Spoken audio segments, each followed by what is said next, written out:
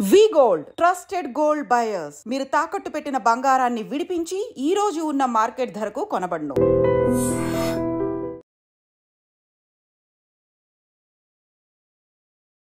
Hi, hello, నమస్తే, welcome back to dream media. ఈ రోజు మనతో ఉన్నారు విశ్వేశ్వర రెడ్డి గారు. ముఖ్యంగా యుఎస్ లో ఉన్న సిచ్యువేషన్స్ గురించి, అక్కడ అప్డేట్స్ గురించి ఒకసారి సార్ అడిగి తెలుసుకుందాం. సార్ అందరికి సుపరిచితులే, సో అక్కడ విషయాలు ఒకసారి తెలుసుకుందాం. నమస్కారం విశ్వేశ్వర రెడ్డి గారు. నమస్కారం సార్, లేటెస్ట్ అమెరికన్ అప్డేట్స్ చూసుకున్నట్లయితే ఫస్ట్ థింగ్, ఎవరైతే డిపెండబుల్ వీసా మీద అక్కడ ఉంటూ ఉంటారో, ఎవరైతే గ్రీన్ కార్డ్స్ మీద వెళ్ళి అక్కడ ఉన్న వాళ్ళు స్పౌస్ అయి ఉండొచ్చు, పేరెంట్స్ అయి ఉండొచ్చు, వాళ్ళు ఎయిర్పోర్ట్స్ లో ఉన్న టైంలో సెలవులకి ఇక్కడ నుంచి వచ్చి అక్కడికి వెళ్తున్న టైంలో అయి ఉండొచ్చు, వాళ్ళ పాస్పోర్ట్స్ చేతికి ఇచ్చేయమని అక్కడ అధికారులు చెప్తున్నట్టు కొన్ని వార్తలు వస్తున్నాయి. Is it true? ఒకవేళ నిజంగా అక్కడ ఇలా ఇమ్మని అడిగినట్లయితే ఎయిర్పోర్ట్ లో ఏం చేయాలంటారు? ఎక్కడ ఎయిర్పోర్ట్ అంటున్నారు? హైదరాబాద్ ఎయిర్పోర్ట్, అమెరికన్ ఎయిర్పోర్ట్ అంటున్నారు? అమెరికన్ ఎయిర్పోర్ట్ లో తిరిగి వెళ్ళినప్పుడు. మళ్ళీ you can rephrase the question. So ఎవరైతే డిపెండబుల్ వీసా మీద అమెరికాలో ఉంటున్నారో, Okay. గ్రీన్ కార్డ్ హోల్డర్, వాళ్ళ స్పౌస్ అయి ఉండొచ్చు, అంటే వాళ్ళ భార్య అయి ఉండొచ్చు, అంటే వాళ్ళ పేరెంట్స్ అయి ఉండొచ్చు, వాళ్ళు ఇండియాకి సెలవుల కోసం వస్తున్నా, వేరే వర్క్ మీద వస్తున్నా సరే, వాళ్ళు అక్కడ ఫ్లైట్ ఎక్కే ముందు అక్కడ ఎయిర్పోర్ట్ లోకి ఎంటర్ అయినప్పుడు వాళ్ళ పాస్పోర్ట్స్ తీసుకొని వాళ్ళని హోల్డ్ లో పెట్టడం, వాళ్ళకి కొన్ని ఆంక్షలు విధించడం జరుగుతున్నాయి అని చెప్పేసి వార్తలు వస్తున్నాయి. Is it true? లేదు లేదు, కరెక్ట్ కాదు. అంటే రిటర్న్ లో ఇండియాకి వస్తున్నప్పుడు కదా ఇది. ఇండియాకి వచ్చేటప్పుడు ఏం అడగరు. ఇండియాకి వచ్చేటప్పుడు అది బికాజ్ అది హోమ్ కంట్రీ డిపార్చర్ కిందకి Okay. వస్తుంది. సో ఇండియన్ పాస్పోర్ట్ హోల్డర్స్ ఇండియాకి వెళ్ళాలనుకున్నప్పుడు ఎప్పుడైనా వెళ్ళొచ్చు. అక్కడ అమెరికాకి జీరో ఆబ్జెక్షన్ ఉంటుంది. అప్పుడు ఇండియా లోపలికి రావటప్పుడు ఇండియా వెరిఫై చేసుకుంటుంది వీళ్ళకి ప్రాపర్ పాస్పోర్ట్ ఉందా లేదా, వీళ్ళకి ప్రాపర్ ఇండియాకి వచ్చే ఎలిజిబిలిటీ డాక్యుమెంట్స్ ఉన్నాయి. అంటే ఎప్పుడైనా ఇమిగ్రేషన్ లాలో ఎలా ఉంటుందంటే, ఎవరు ఏ కంట్రీకి వెళ్తున్నారో ఆ కంట్రీ డాక్యుమెంట్స్ చూస్తారు తప్ప హోమ్ కంట్రీకి, అంటే where we born, birth place లో ఉన్న మనకి ఏదైతే పాస్పోర్ట్ ఉంటుందో వాళ్ళు ఎప్పుడు కూడా హోమ్ కంట్రీ వెరిఫికేషన్ ఉండదు. ఓకే. ఇన్ కేస్ ఇండియా నుంచి అమెరికా వస్తున్నప్పుడు అమెరికాలో అక్కడ దిగుతారు కదా, అప్పుడు పరిస్థితి ఏంటి? అప్పుడు ఏంటంటే, అప్పుడు అమెరికా అంటే అసలు యాక్చువల్ గా ఇండియాలో హైదరాబాద్ లోనే ఎయిర్పోర్ట్ లో మనం టికెట్ తీసుకునే ముందు ఏం చేస్తుంటారంటే, వాళ్ళు టిపికల్ గా మనకి ఎందుకు వెళ్తున్నారు అడుగుతారు. అంటే నేను వర్క్ చేస్తున్నాను అనుకోండి, వర్క్ వీసా చూపించమంటారు. నేను ఆమె పర్మనెంట్ రెసిడెంట్ అంటే గ్రీన్ కార్డ్ చూపించమంటారు. ఆమె సిటిజన్ అంటే వాళ్ళు యుఎస్ పాస్పోర్ట్ అడుగుతారు. అంటే టిపికల్ గా మనకి బోర్డింగ్ పాస్ ఇచ్చే ముందే ఈ మూడు వెరిఫికేషన్ చేసుకుంటారు వాళ్ళు. అంటే whether you are rightfully you are going to that foreign land అని వెరిఫై చేసుకున్నాకే మనకు బోర్డింగ్ పాస్లు ఇస్తారు. Otherwise they don't issue the boarding passes. అంటే ఇక్కడ ఇంకొక విషయం నేను అబ్జర్వ్ చేస్తుంది, అంటే నేను అక్కడ వచ్చిన వార్తలు చదివినప్పుడు కొన్ని వెబ్సైట్స్ లో అవి వాళ్ళ భర్తకి ఎంతకాలంగా వాళ్ళు దూరంగా ఉన్నారు, ఇమీడియట్ గా పెళ్లి అయితే ఎంతకాలం దూరం ఉన్నారు, వాళ్ళ మధ్యలో బాండింగ్ ఎలా ఉంది, ఇవి కూడా చెక్ చేస్తున్నారు అని, అవి గాసిప్స్ కింద చూడాలి, లేదా ఇందులో కూడా నిజంగా ఉంది? అంటే ఇందులో two types of we can look at it. అంటే కేస్ టు కేస్ వ్యారీ అవుతుంది.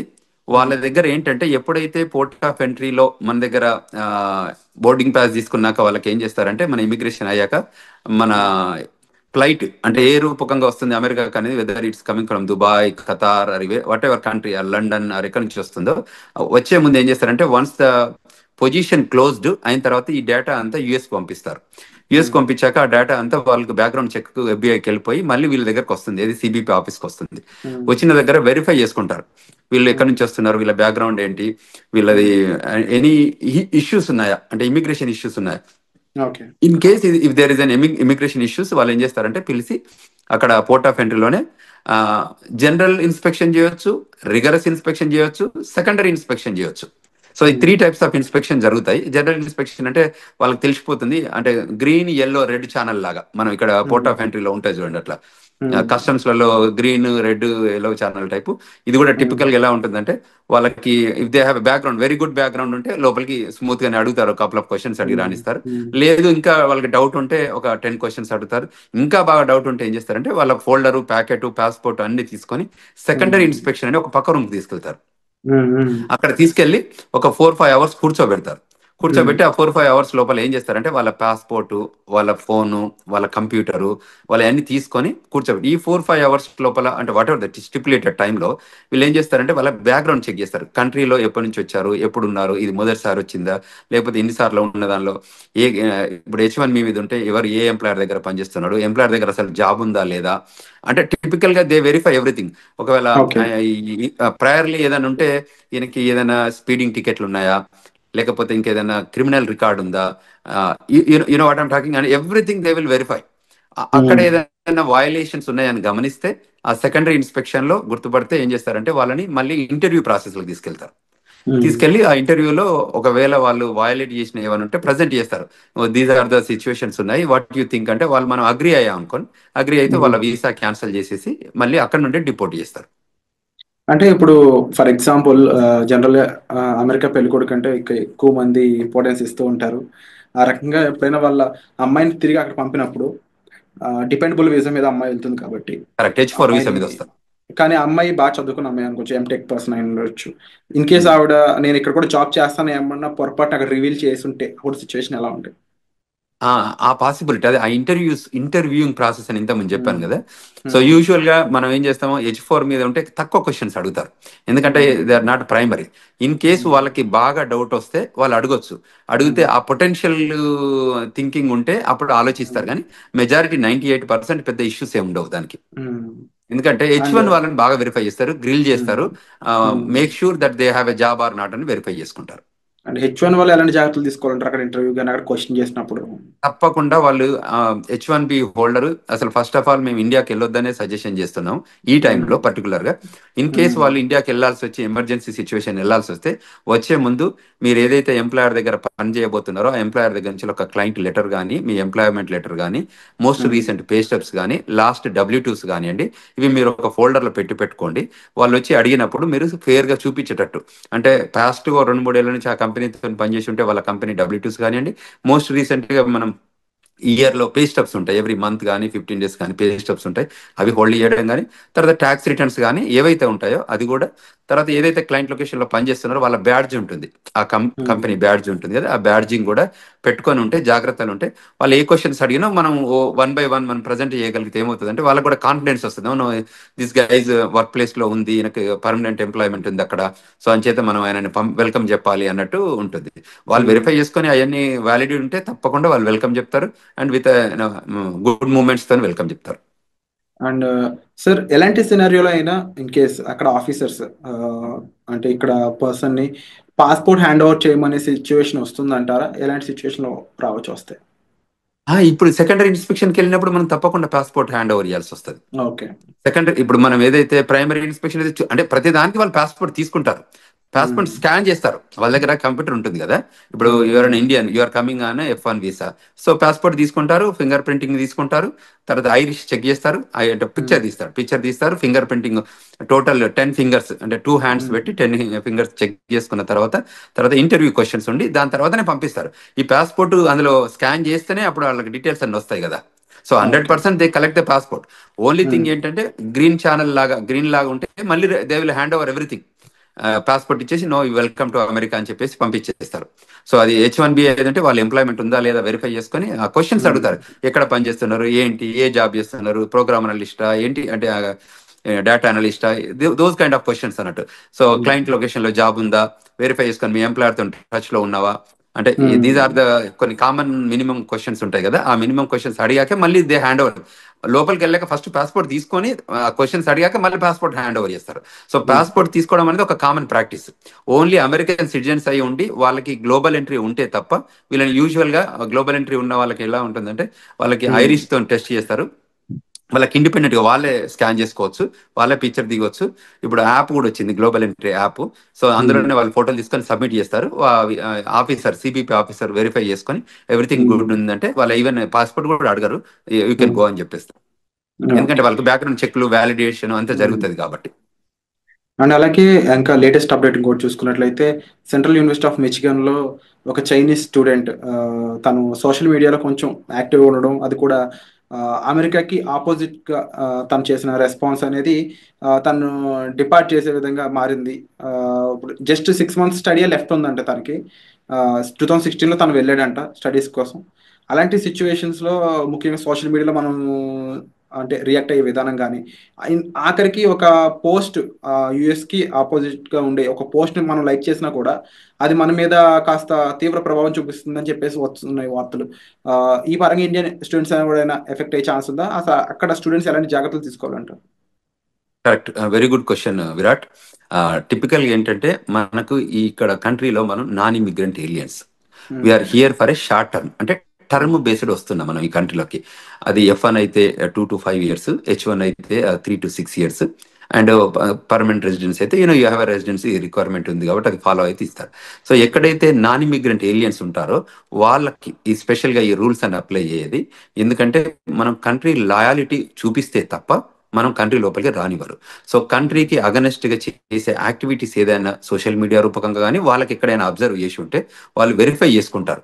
వెరిఫై చేసుకొని క్వశ్చన్ చేస్తారు. ఎక్కడైనా ఎవిడెన్స్ దొరికితే తప్పకుండా వాళ్ళు క్వశ్చన్ చేస్తారు, ఈజ్ దట్ యూ అని చెక్ చేసుకొని వాళ్ళు డిపోర్టేషన్ ప్రొసీడింగ్ చేస్తారు.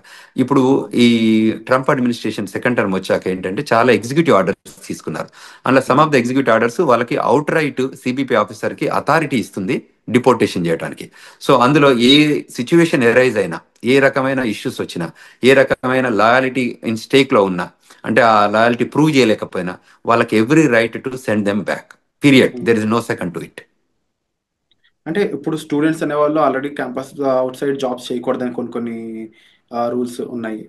సో ఇప్పుడున్న టైంలో స్టూడెంట్స్ అనేవాళ్ళు ముఖ్యంగా తీసుకోవాల్సిన టాప్ 3 జాగ్రత్తలు అంటే ఏం చెప్తారు? అంటే టిపికల్గా వీళ్ళు ఏం చేయొచ్చు అంటే ఏదైతే స్టూడెంట్గా మనం ఫోకస్గా ఏదైతే ఎడ్యుకేషన్ కోసం మనం వచ్చామో దాని మీదనే స్ట్రిక్ట్ ఉండి ఆ లైన్లోనే మనం పనిచేసుకోగలిగితే ఏ ఇష్యూ లేదండి.